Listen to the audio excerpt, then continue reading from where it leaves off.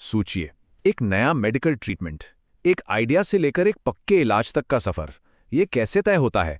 ये कोई सीधी साधी सड़क नहीं है, बल्कि एक बहुत ही मुश्किल परीक्षा है। एक ऐसी चुनौती जिसे पार करना भई बिल्कुल आसान नहीं। आज हम इसी सफर की, इसी वैज्ञानिक कसौटी की परतें खोलने वाले हैं। हम हर रोज सुनते हैं, है ना, किसी नई चमत्कारी दवा के बारे में या कोई ऐसा इलाज जो सब कुछ ठीक कर देगा। लेकिन इतने सारे दावों के बीच हम ये कैसे पता करें कि कौन सी बात सच है और कौन सी सिर्फ हवा हवाई? असली उम्मीद और झूठे प्रचार के बीच की लाइन, उसे हम कैसे पहचानें? देखिए, वैज्ञानिक सच्चाई की राह में एक बहुत बड़ा विलेन है और उसका नाम है पूर्वाग्रह, या जिसे हम कहते हैं बायस। ये एक ऐसी चीज है जो हमारी आंखों पर पट्टी बांध देती है। फिर हम वो नहीं देखते जो असल में है, बल्कि वो देखते हैं जो हम देखना चाहते हैं। और ये किसी भी स्टडी, किसी भी रिसर्च के नतीजों को पूरी तरह से बिगाड़ सकता है। तो सवाल ये है कि इस विलेन, इस बायस से लड़ने का सबसे तगड़ा हथियार क्या है? वो है रैंडमाइज्ड कंट्रोल्ड ट्रायल, शॉर्ट में कहें तो आरसीटी। ये एक बहुत ही पावरफुल साइंटिफिक तरीका है जिसे खास तौर पर इसी बायस को जड़ से खत्म करने के लिए बनाया गया है, ताकि हमें भरोसेमंद जवाब मिल सके। अच्छा, तो इस आरसीटी की सुपर पावर दो चीजों से आती है। इसके दो सीक्रेट वेपन हैं। पहला है रैंडमाइजेशन और दूसरा है ब्लाइंडिंग। चलिए एक एक करके समझते हैं कि ये दोनों आखिर हैं क्या और काम कैसे करते हैं।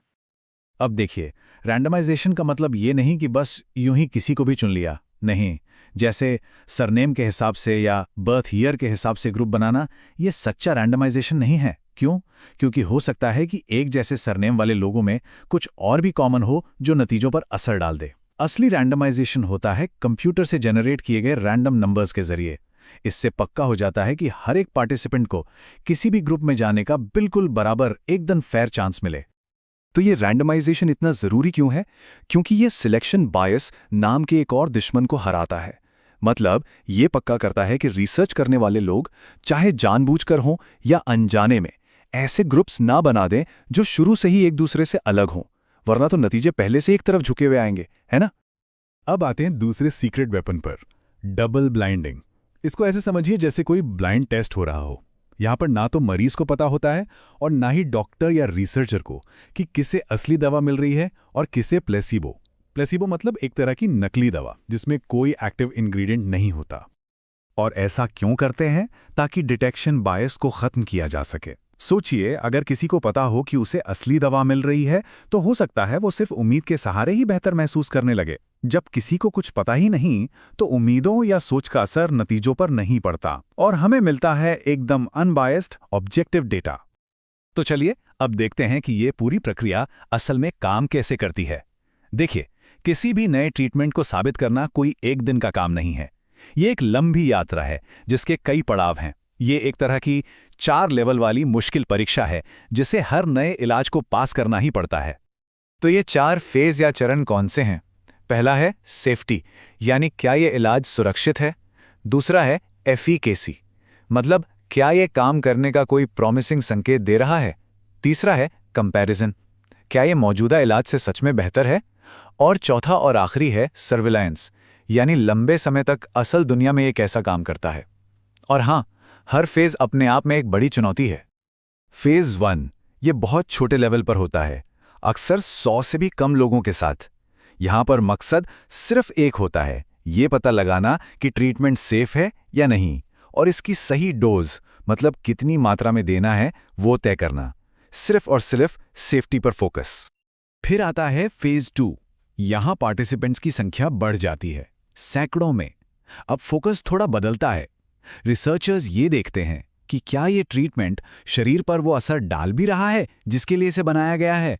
क्या इसके काम करने के कोई शुरुआती पॉजिटिव साइन दिख रहे हैं। और फिर आता है फेज 3।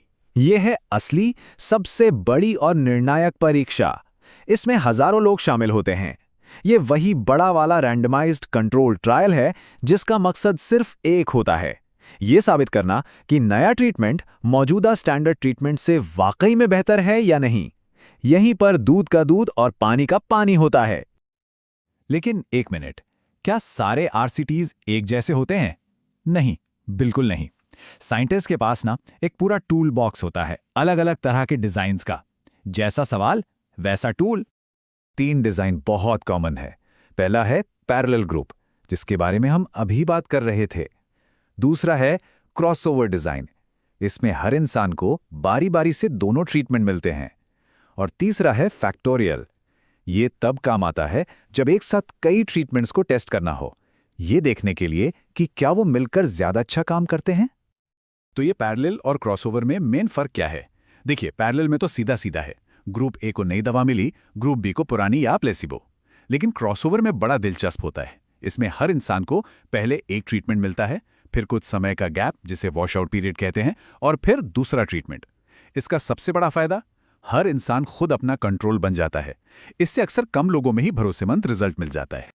तो आरसीटी वाकई एक पावरफुल टूल है, लेकिन क्या ये परफेक्ट है? नहीं, कोई भी चीज़ परफेक्ट नहीं होती। तो चलिए अब इस प्रक्रिया की कुछ चुनौतियों और इसकी लिमिटेशंस पर भी नजर डालते हैं।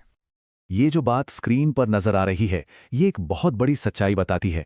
कई बार क्या होता है कि करोड़ों रुपए और सालों की मेहनत के बाद भी ट्रायल का नतीजा कुछ साफ नहीं निकलता। मतलब हमें कोई पक्का जवाब ही नहीं मिलता। और इससे होता क्या है, समय और पैसा दोनों बर्बाद। और सुधार की जो रफ्तार है वो भी काफ़ी धीमी रही है। ये चार्ट देखिए, ये दिखाता है कि सालों तक ज़्यादातर ट्रायल्स को ठीक से डिज़ाइन ही नहीं किया गया था। उनमें इतने कम लोग होते थे कि कोई पक्का नतीजा निकालना ही मुश्किल था। हाँ, 2015 तक आते आते हालात सुधरे हैं, लेकिन ये प्रोसेस बहुत बहुत धीमा रहा है। तो आगे का रास्ता क्या है? एक आइडिया है ज़्यादा फ्लेक्सिबल डिज़ाइन इस्तेमाल करने का, जैसे कि बायसियन मेथड्स। ये रिसर्चर्स को इजाज़त देते हैं कि वो ट्रायल के चलते चलते ही डेटा को एनालाइज करते रहें। इसका फ़ायदा, अगर कोई साफ जवाब जल्दी मिल जाए, चाहे वो अच्छा हो या बुरा, तो ट्रायल को वहीं रोका जा सकता है। इससे समय भी बचता है और पैसा भी। एक और तरीका है सुधार का, बेहतर नापतौल यानी बेटर मेजरमेंट्स। मतलब सिर्फ हाँ या ना में जवाब ढूंढने के बजाय ऐसे पैमाने इस्तेमाल करना जो बीमारी की गंभीरता में होने वाले छोटे छोटे लेकिन जरूरी बदलावों को भी पकड़ सकें। इससे हमें ज्यादा गहरी और सटीक जानकारी मिलती है। और आखिर में हम इस सबसे बड़े सवाल पर आके रुकते हैं। ये जो पूरी प्रक्रिया है, ये कठोर है, ये हमें सच्चाई के करीब ले जाती है, लेकिन ये धीमी भी है, महंगी भी, और कई बार नतीजा भी साफ नहीं देती। तो सवाल ये है कि हम एक तरफ पक्के सबूत की मांग और दूसरी तरफ नए इलाजों की तत्काल ज़रूरत, इन दोनों के बीच सही बैलेंस कैसे बनाएं? ये एक ऐसा सवाल है जिस पर सोचना बहुत ज़रूरी है।